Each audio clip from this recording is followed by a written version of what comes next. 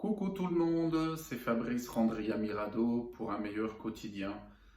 Aujourd'hui, je vais te parler de la méditation en pleine conscience. Tu te demandes comment je fais pour méditer, réussir une séance de méditation. Eh bien, je vais te donner 5 astuces aujourd'hui. Tout d'abord, je voulais te dire, si tu ne me connais pas encore, viens me visiter sur ma page Facebook Fabrice Randria Mirado, un meilleur quotidien, ou alors sur mon compte Instagram, un meilleur quotidien. La méditation, les études de cas disent que 10 minutes de ta journée représentent 1%. Et alors, si tu médites 10 minutes par jour, tu peux améliorer 99% du reste de ton temps de la journée. Les études également disent, et des études médicales disent, que méditer améliore la concentration, améliore ton intelligence, entretient ton cerveau, rehausse ton taux de vibration, fait du bien à ton système immunitaire, digestif et circulatoire. Ça apaise ton corps et ton esprit. Mais en réalité, je dois avouer que je n'arrive pas toujours à méditer comme je voudrais, soit au niveau de la fréquence, soit au niveau de la durée, soit au niveau de la qualité.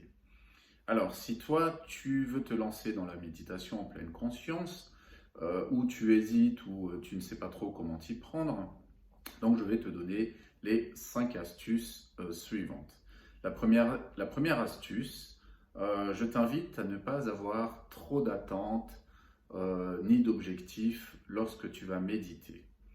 Qu'est-ce que j'entends par là? Donc, pas trop d'attentes, donc ne cherche pas la perfection, ne cherche pas un résultat immédiat, ne cherche pas la compétition, parce que ce n'est pas le cas ici. Ne pose pas non plus un objectif particulier lorsque tu vas te mettre à méditer.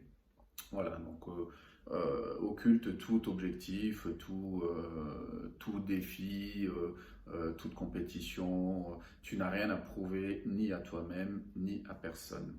Voilà. La deuxième astuce que je vais te donner, c'est par rapport à la durée de méditation. Il n'y a pas de durée définie. Oui, bon, l'idéal c'est de faire voilà, au minimum 2 minutes. Voilà. Alors, si tu démarres ou si tu n'as pas trop l'habitude, donc commence par 2 minutes, 5 minutes, et tu verras que au fil de la pratique et au fil du temps, tu augmenteras la durée. Voilà. Donc encore une fois, ne te pose pas de contraintes au niveau de la durée. Il faut que je médite 10 minutes, il faut que j'arrive à 15 minutes. Non, non, non, pas du tout. Voilà. Il se peut même que tu médites 1 minute et ça va te suffire, ça va te rebooster, ça va te redonner de l'énergie pour la suite de ta journée. La troisième astuce que je te donne, c'est de choisir un environnement pour pratiquer ta méditation.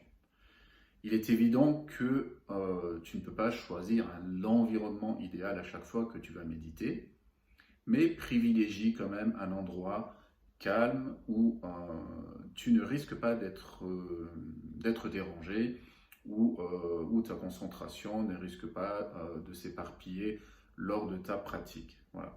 Donc choisis, isole-toi si besoin, si tu y arrives, choisis une pièce dans ta maison où tu peux t'isoler quelques minutes, ou choisis un endroit où tu es sûr de ne pas être dérangé pendant ta pratique. Voilà. Et bien évidemment, essaye d'être au calme possible. Voilà.